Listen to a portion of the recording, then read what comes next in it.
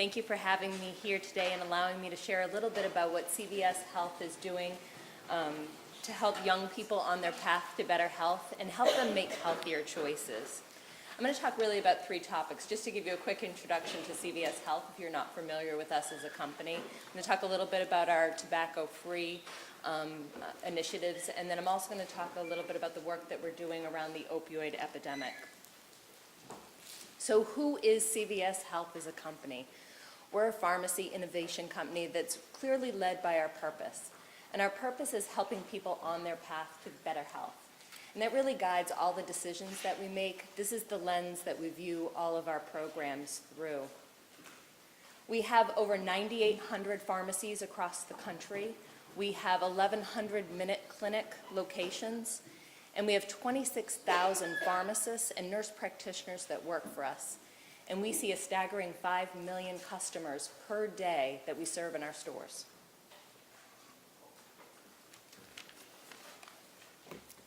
As we were developing our purpose, there was one thing as we were thinking about our business model that stood out as being in conflict with that purpose, and that was the sale of tobacco products in our store. We know that tobacco is the #1 preventable threat to public health today, and it certainly does not help people on their path to better health. And as we think through this, 480,000 deaths from smoking in the United States occur annually, and smokers die approximately 14 years earlier than their non-smoking counterparts. This next statistic was staggering to me because I feel as I walk through the city of Boston, I see less and less people smoking. But the numbers of people that are still smoking are astounding. 42 million American adults and 3 million middle and high school kids smoke today. So CVS took the position, even though it cost us $2 billion annually in sales, to remove tobacco products from our stores. But we didn't stop just there.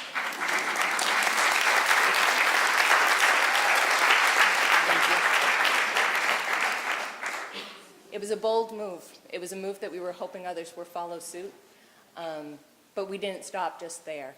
We wanted to be able to create a program to be able to help people that were currently smoking stop smoking. So we created a smoking cessation program that our customers could have access to through our retail locations, through our Minute Clinics, and also through our PBM partner Caremark.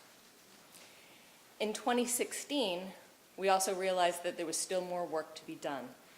And we launched a comprehensive program to help be the first generation in which our children would be tobacco-free. Through this 5-year, $50 million program, we're hoping to accomplish this. In the first year, we've reached more than 5 million young people with our anti-smoking program. When you think about this, we're trying to reach kids where they are today. So we're focused on college programs. Currently, 25% of colleges and universities are smoke-free.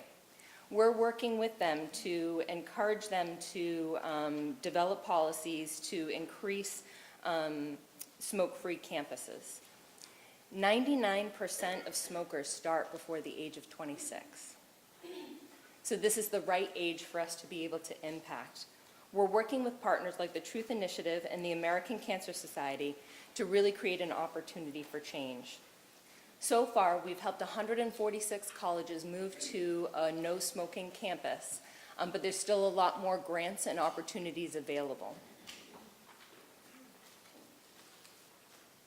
But again, we're not done yet. Pulling tobacco from our store shelves, helping Americans quit smoking, and keeping young people from starting in the first place are not goals that CVS can do alone. We're looking for partnership to be able to accomplish these goals. It takes a village to get these things done. While we still have a way to go to make the first tobacco-free generation a reality, I do want to share a short video that shows the progress that we've made to date.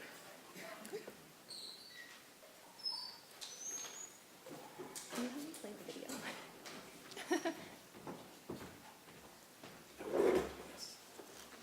Technical difficulties, not my forte.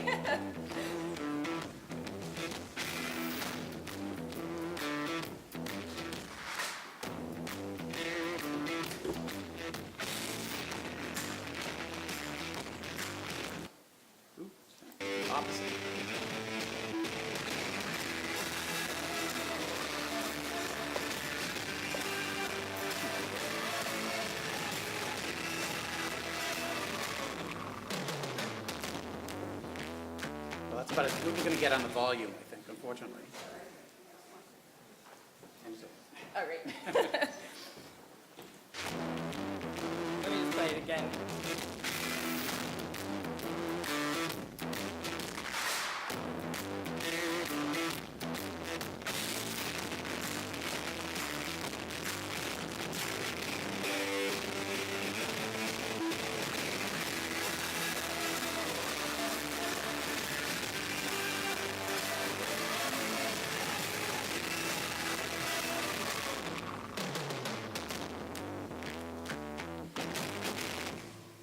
So you can see all our partners on there. We appreciate their support, but we're always open to working with new partners. It takes a village, and we would love to have many of you in this room partner with us to be able to achieve our goals in creating the first tobacco-free generation. We're going to switch gears a little bit. We'll talk about the opioid epidemic. And Michael shared a lot of details with us around some of those statistics and the uphill battle that we're all facing around opioids, misuse, abuse, and overdose. CVS has put a lot of resources towards this, and we've approached it from many different ways because there isn't just one solution. There isn't just one company that's going to be able to solve it or a government entity that's going to be able to solve it. We all need to work together to be able to create sustainable solutions in our communities today. So we'll go over some of these as we go through. We've made a commitment. We came out in late 2017 and announced an enterprise-wide initiative that was being led by both our PBM Caremark, our retail locations, and through the CVS Health Foundation to be able to support our work with opioids. What I'm going to review first is the limits that we've put in place with our PBM. So these are for our Caremark clients, and it's really focused on 3 components that are aligned with the CDC guidelines. Michael referenced those in his conversation. And these guidelines are really were put in place to be able to create safe prescribing of opioids. The first is around acute use. This is the time when you have a toothache, you go and you have a tooth extracted, you break a bone, you go to the emergency room, and you're coming to the pharmacy for the first time to be able to fill a prescription for that acute injury. There's a limit of a 7-day supply on those medications. And the reason for that, we're trying to reduce exposure to people on that initial acute prescription. There are exceptions to these rules. So if a patient is a hospice patient, has cancer, or is in palliative care, end of life, those patients are excluded from these programs. I just do want to make sure to mention that because we do want to make sure that patients that have legitimate need for medications like this, they do have access. The second limit is around, it's a strength-based limit. So these are patients that are on chronic opioid medications. And this is reducing the high-dose opioids that patients are taking today. And then the last is patients using immediate release before they switch to extended release. If patients are taking an immediate release in the short term, it's easier for them to be able to stop their therapy and transition to a non-opioid therapy versus if they're on an extended release product, that's a more challenging thing to be able to do. To complement these guidelines that we put in place for our Caremark members, we've also launched a program in our retail locations. So if you have not had an opioid medication previously and you're receiving an opioid for the first time, our pharmacists will go over and have a specialized counseling education session with patients to really educate them about the risks of taking an opioid medication. Focuses on 3 key principles: taking the medication as directed, for the lowest dose for the shortest period of time possible, making sure to secure those medications in the home. And we talk about what that means. That may mean a lockbox for some. It may mean putting it in a private space for others. Michael talked about people that divert medication through people's medicine cabinets. We want to make sure that people aren't putting them in an easily accessible place, so that way teens or friends of teens that are coming into your home don't have access to them. And also reinforcing the importance of when you're done with your therapy, when you no longer need that, it's important to dispose of that medication properly in a safe, secure way that's environmentally friendly. To complement that, we've expanded our drug disposal program. We have been doing drug disposal in a number of different ways to be able to satisfy the needs of the community. Initially, we were donating disposal kiosks to local law enforcement, because at the time that's what the regulations allowed. We've donated over 880 of these units across the country, and we've collected over 155 metric tons of medication that have been destroyed through those kiosks. We also, in late last year, announced that we were putting kiosks in our store locations. We're placing 750 of these kiosks across the country. We've got about 500 of them in stores to date, and we're finding patients are really receptive to using these to be able to get rid of their medications. Michael also mentioned naloxone. I like to liken naloxone to a fire extinguisher. It's something that you hope you never have to use, but it's good to be able to have in the event that there's a breathing emergency or an overdose that you need to use around opioids. CVS has been committed where regulations allow. We've put standing orders in place that allow our pharmacists to provide a prescription of naloxone to a patient without them having to go visit a doctor. The standing order allows our pharmacists to be able to issue a prescription for those patients, and we do have a standing order in Massachusetts to be able to do that here. We've partnered with the Surgeon General around an announcement that he made just recently to expand access and awareness around naloxone. We've committed to doing public service announcements in our stores for naloxone awareness beginning this summer.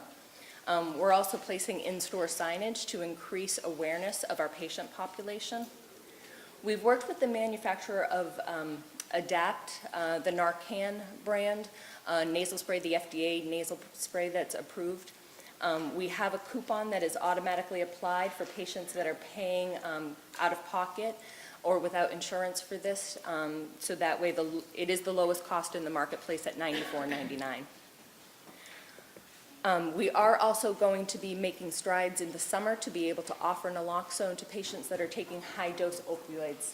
In conjunction with those conversations around educating them about the risks, we want to make sure that they have all the tools to be able to keep them safe. Our Pharmacist Teach program is a program that I'm extremely proud of. This is a program in which our pharmacists volunteer their time to go into local middle and high schools to teach kids around the dangers of prescription drugs. Oftentimes, kids think that prescription drugs are safer to abuse than illicit drugs. This program works to dispel that myth. It's about 35 minutes. It's designed to be delivered in a health class, so there can be lots of one-on-one, good conversation, lots of questions and answers around this topic. But we've delivered it in auditorium style with up to 1,000 kids. We're most effective when we create good partnerships with the school system, so that way they're reinforcing the messages that we're bringing to them. We developed that program in conjunction with Partnership for Drug-Free Kids. There's a couple of great videos that really bring the point home for those kids. It is free to any school system that would like us to come. They just need to reach out to us, and we will find pharmacists. I have pharmacists lined up out the door that are ready to be able to deliver these programs. So if anybody is interested or knows schools that are interested or in your community where you live, don't hesitate to reach out to us. We want to get into schools to be able to deliver this program. We have a goal of reaching 750 lives by 2020. We're currently at 375,000 across the country. In addition to our teen program, we've developed a parent program, because as we were out talking to teens, what we realized is that parents weren't talking to their kids about prescription drugs. So we developed a program to educate parents about the issue and help give them the tools to be able to talk to their kids. In addition to the work that we've done in our stores, through the CVS Health Foundation, we're donating $2 million to federally qualified healthcare centers to be able to expand access to medication-assisted treatment.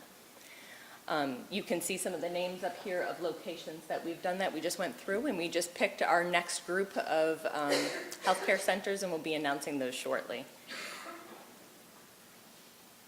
So how can we work together? I talked a little bit about the programs that we've done. Here's a couple of resources that you can access. I would also like to offer to anyone, if you want to have a pharmacist teach program at your school or in your community, please let us know. Also, if your community does not have a drug disposal kiosk at local law enforcement, we are open to continuing to provide those across the country. Just have the local law enforcement reach out to us and we can make that happen. So I appreciate you taking time to listen to me today, and I'm hoping that many of you will reach out and we'll be able to create a great partnership to continue to fight the opioid epidemic.